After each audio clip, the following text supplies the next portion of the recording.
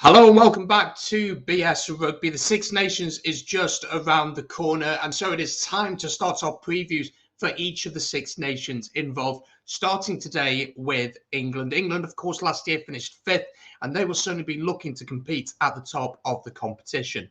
To look forward to the competition and to how England will do, I spoke with Debbie Knight from 365 Sporting Days to get her thoughts on the team that Eddie has got, on key players, the injury to Owen Farrell, and so much more. If you do go on to enjoy this video, as always, hit the like button, subscribe, and of course, let me know your thoughts in the comments down below. You can also check out the audio version. It's now on Spotify on the Breakdown podcast, link down below. As I said before, there will be previews for each of the individual nations. Tomorrow, we have Scotland, so make sure to subscribe ready for that. Anyway, without further ado, let's get into it. Last year's Six Nations for England wasn't great, finishing fifth with some defeats against Scotland, against Wales and Ireland. What was your assessment of the competition? Where do you think it went wrong for England? I think he used too many players that weren't match fit.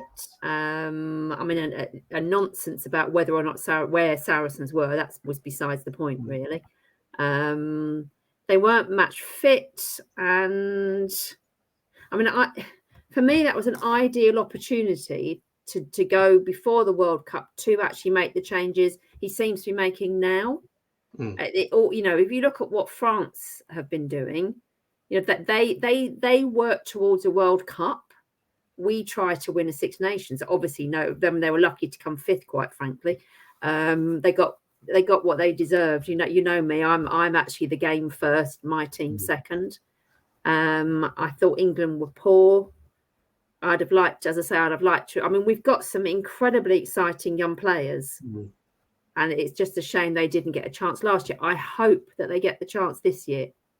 I've got a horrible feeling that no disrespect to Ben Youngs, but I've got an awful feeling that we're going to see Ben Youngs starting when we got exciting young scrum halves on the bench.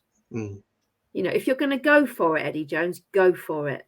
Yeah, and make the changes now. So, but yeah, they got what they deserved last Six Nations, and so did Wales. Yay! Yeah, I think the thing with Eddie Jones, he's always been quite. He does have his favourites. I think that's the way you got to say. He does have his favourites. He has players that he trusts in, that he knows that they'll do what he wants them to do. He knows what he's going to get from them.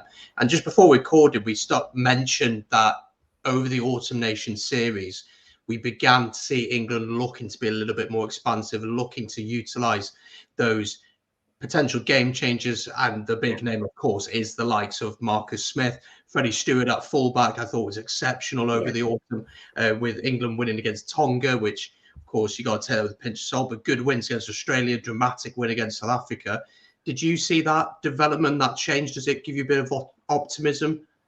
Yes, it does. I mean, actually, interesting. I thought the young player that really did stand up was Freddie Stewart. I mean, yes, Marcus Smith, but Freddie Stewart I thought was amazing.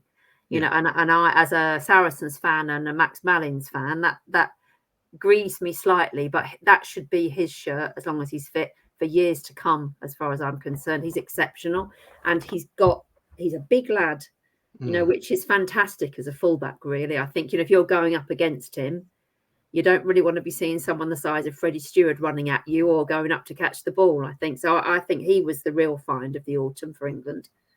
Yeah, I thought he was brilliant. I thought also Rafi Quirk, I'm a huge fan of his.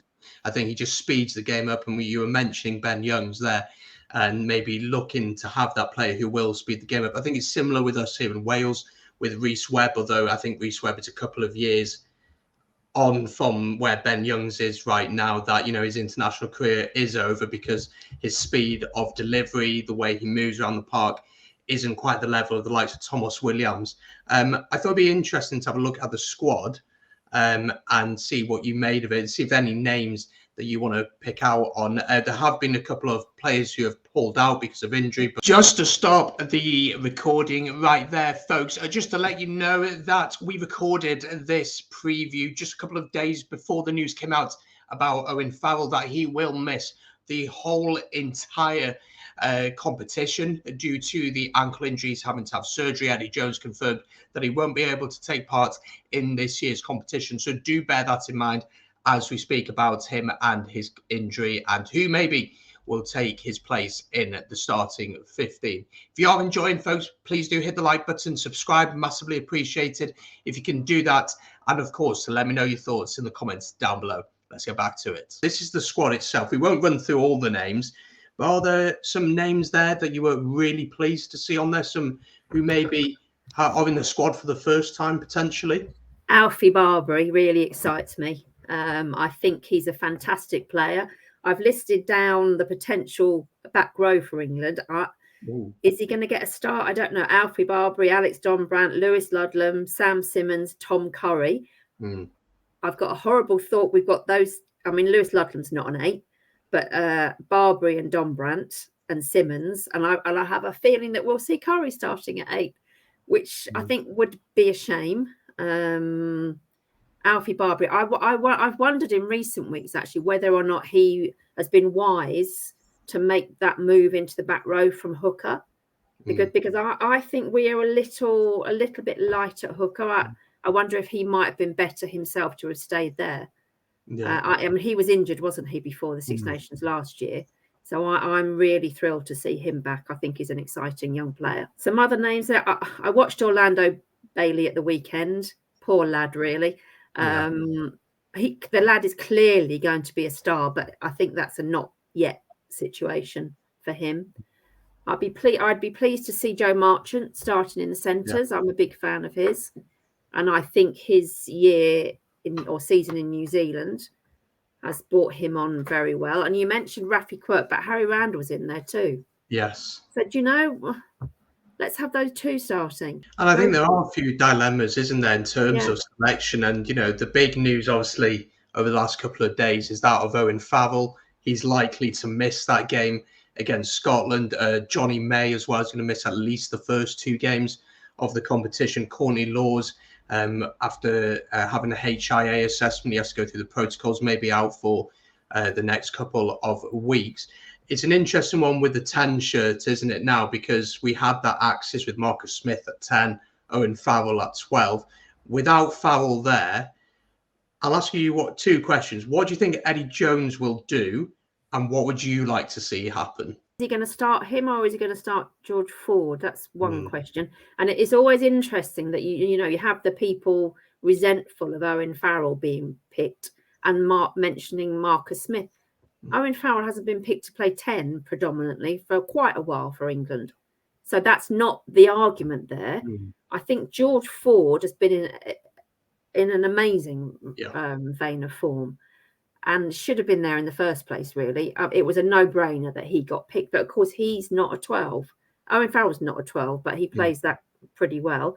I'm not sure there's an awful lot he can do. Henry Slade, I think, works well with Marcus Smith. So maybe Henry Slade and Joe Marchant. Yeah, I think that's what we could definitely see. I think, Marcus Smith has shown that he's able to play at international level, although how much exposure he's really had to this level is still to be questioned. And I think, Farrell, as you said, hasn't played 10 for such a long time. No. But when I heard the news that Ford hadn't been put in the original squad, you do think that there's something going on here, that maybe it's more than ability on the pitch. Is it maybe that I'm not trying to spark rumours that they don't get on off the pitch or anything like that, but maybe he's not the type of player that Eddie Jones wants. But when a player is playing that well, there is no reason to ignore him. We have the same thing here in Wales with a few players where they've been ignored by Pivac and he's gone for other players where you're thinking, you haven't really had a great season, you haven't tore up any trees. But it's going to be fascinating to see who starts.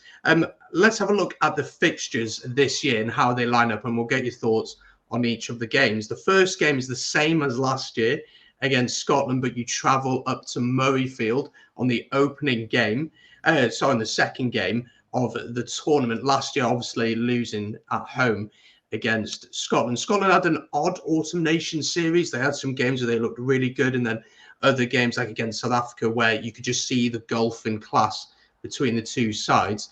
What do you think would be the mindset going into this game? How will England look to approach this game? Will it be, can we dominate them physically, like which we've seen traditionally with England, or we're going to see that progression from the Autumn Nations series where we say, right, we're going to throw the ball a bit around? I'd like them to throw the ball around a bit. I'm not sure that trying to take a physical game to Murrayfield is a game plan for anybody, to be honest. And I think, albeit there seem to be more than a few Argentinians in Scottish rugby at the moment, in their club teams, which makes a difference. But I've been quite impressed by this. What I like about this time of year is that we've had the European club competitions, which I think give us quite a good idea of what the international teams are then going to perform like, what they're going to look like.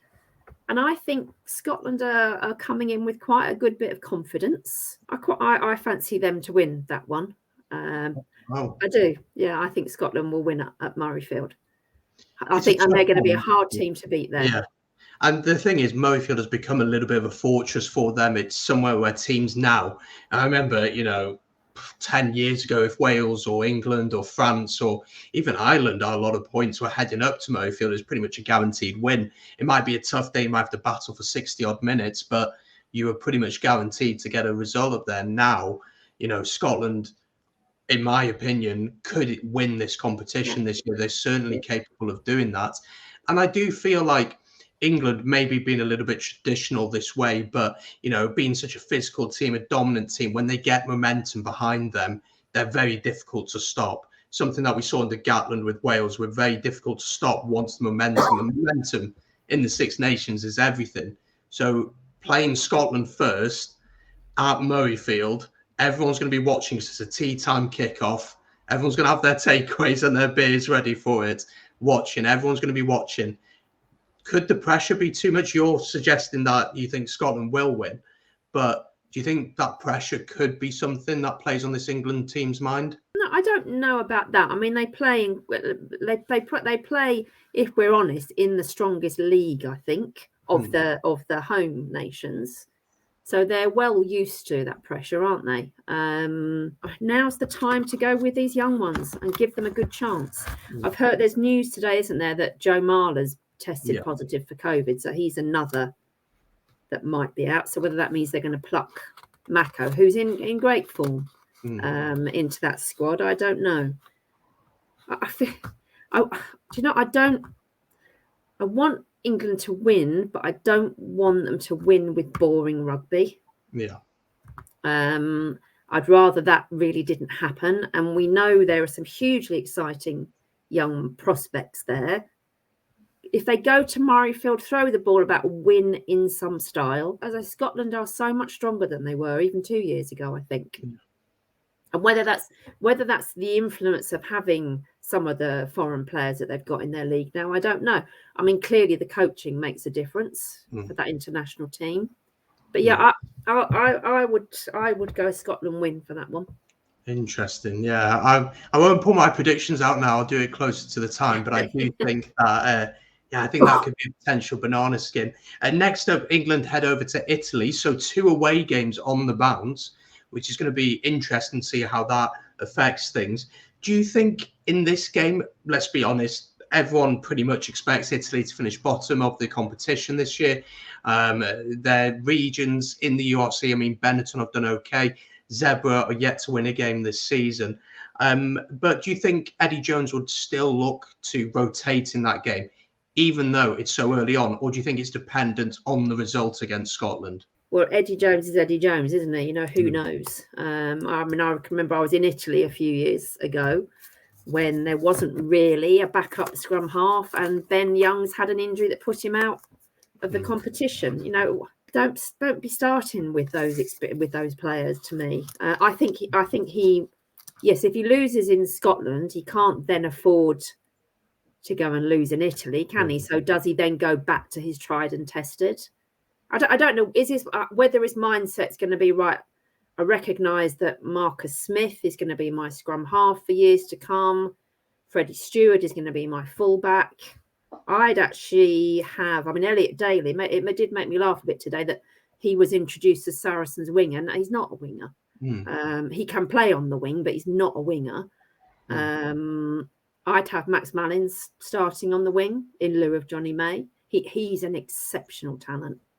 I mean, in saying that, Elliot Daly actually, with his boot at the weekend, showed why you have Elliot Daly in your team. Yeah. He was quite amazing kicking ball from hand. But yeah, he can't afford to. The trouble with this competition is, can't really afford to lose it badly, can you? No. And plan for the World Cup. You know, I'd like to see. I'd rather see an expansive new team for England, and I wouldn't care if they came fifth in that case, because at least they would actually be trying their combinations, putting these young lads under pressure. You know, Sam Simmons, 100 games, 75 tries. Yeah, not ridiculous. And he was. I thought he was actually great when he did play for England. I've not seen him since. Yeah. You know, and we've got Tom Curry, who, he's growing into it, but he's not an 8. No, he's a 6 or a 7, is he? Because when Sale played against us in the Champions Cup against us, the Ospreys, he was such a menace at the breakdown, and that's where you want him. And then you have a Simmons at 8, who's peeling off the back of the scrum, offering brilliant support lines. And as you said at the start, Eddie Jones is stubborn. He likes his favourites. That's just how he is. But you mentioned there about the World Cup. You said, look, World Cup is in 18 months' time, something like that, a little bit longer than that. And you feel like now is really the last opportunity to truly try things out. Do you expect to see Eddie try different things, or are we just going to see we're going with the way we want to go? We're going to be big. We're going to be physical. We're going to try and dominate up top. What's your hunch saying about Eddie? My hunch is saying that Mr. Jones is quite stubborn. And he likes what he likes. I mean, you know, it's lovely to be talking about these possibilities. Alex Donbrandt is on fire for Quins. And obviously, I know you've got a scrum half in between him and Marcus Smith, but, you know, he's got some fantastic options there. Please use them. But I have a feeling you might not. Yeah, I just think the options that England have is just incredible. And it's always teams, you know, go through phases of, you know, you stick with a set of players. So again, I know I'm referring a lot to Wales, but when Gatland left, it felt like that was the right time for quite a few players to say, do you know what? I've had a good go at this international career. We've done very, very well. We've had great success. But with Pivac coming in, wanting to play an opposite style of rugby, completely different, maybe it's time for me to allow these other players to come through. After Italy, though, the Welsh travelled down to Twickenham. Not had amazing results of recent times in Twickenham over the last 3-4 years. I know we've had a couple of good moments, but I won't drag you through them too much. Just the World Cup one, yeah. It's the World Cup with Scott Williams ripping the ball and the grubber kick through and catching it and scoring, but doesn't matter. I don't think about it every day. For us Welsh people, I'll be honest, it is probably the biggest game of the competition for us. But that'll be the first home game of the tournament at Twickenham. And it'll be the first time we've had, is it full capacity crowds? Or did we have them in the autumn? No. So it'll be first time that we'll have full capacity crowds at Twickenham to face England. How much of a boost do you think that would be in this game for England? Yeah, I think it's a boost in the same way that a full crowd in Cardiff is a boost. I'm so relieved that that's happening in Cardiff. Yeah. I'm coming to watch France there. Yeah, I think it will be a boost. You know, teams historically do, you know, you always look at who you've got away, don't you, actually, really, or rather who you've got at home in the Six Nations. So we've obviously blue shirts away, Ireland and Wales at home, which is always a benefit to England, I think. I mean, Wales, you can never tell, can you? Know that you have not gone brilliantly in the European competitions, but they've got some brilliant players. You mentioned Thomas Williams. Yeah, I thought he was excellent in the game I saw him in the other day. So will he be the starting 9? I'm not sure, but I would think so. Yeah. Yeah, he impressed. I think that England should win that one. Sorry. Yeah, they've got to target they've got to win their home games. You've got to win your home games, haven't you? And the big thing, as we said before, momentum is so important in the Six Nations. No disrespect to Italy. Everyone expects England to go to Italy.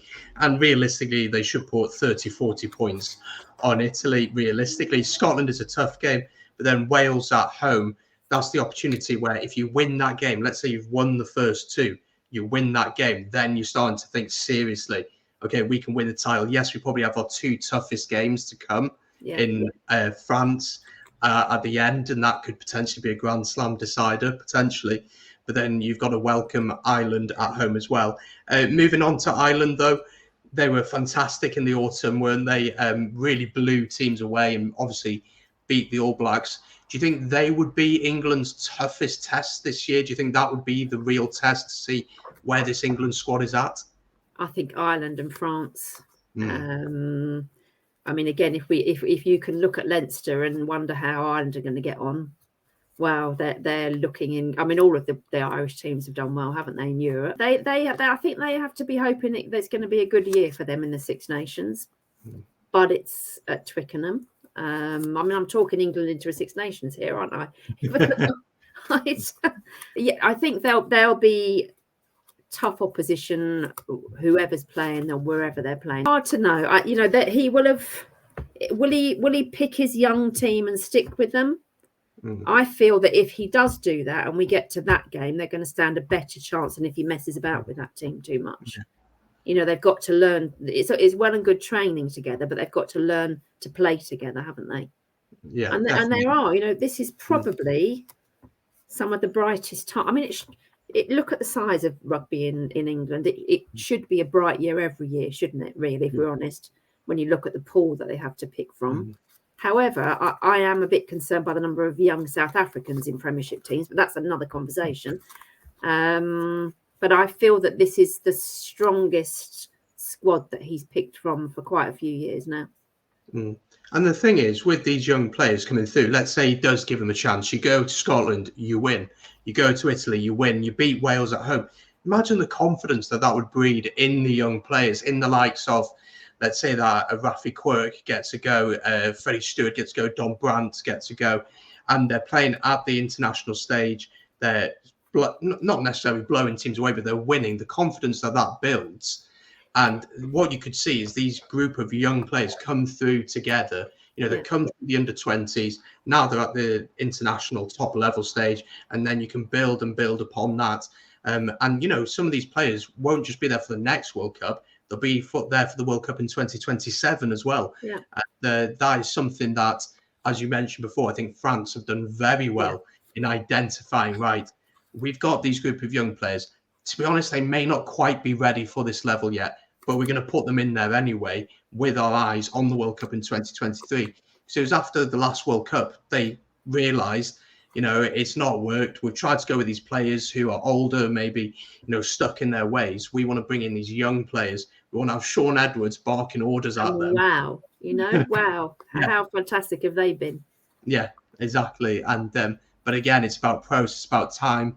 Are fans patient enough for that? And are fans understanding of that? And I think if fans can see the progress and the process and can understand it and see that they're trying things out, I think then fans can be patient with it. But with the Six Nations, is it always your rugby fan who watches club rugby week in, week out? They know he's playing well, they know he's on form. And then you get some people just tune into the Six Nations. They're like, well, he's only 21 and he's made 2 mistakes. Why is he playing? But they don't know that in the Prem, he's been playing pretty well all season and deserves this opportunity. And don't you think actually that the vast audience for the Six Nations are people that think that's the only time rugby happens?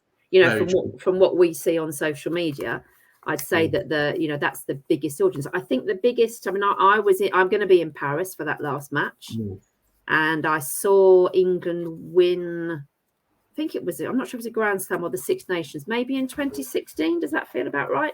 Yeah. In Paris. And the thing that comes to my mind there is who is going to be England captain? Because that makes a massive difference for these teams. Think Alan Wynne-Jones, amazing man, amazing captain.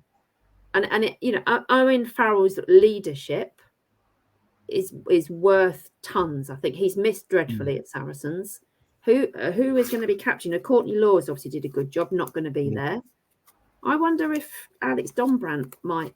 Okay, interesting. I wouldn't have thrown that name in there. I'd have looked at maybe someone like an Itoje, maybe, or yeah. I mean, I don't know. I mean, I can never quite understand why he hasn't been England captain. Yeah.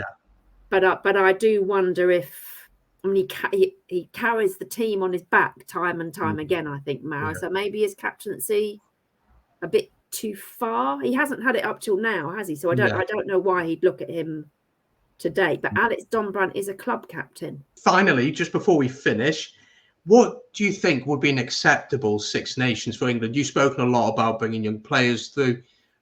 We've also spoken about, potentially we're talking England into winning the Grand Slam.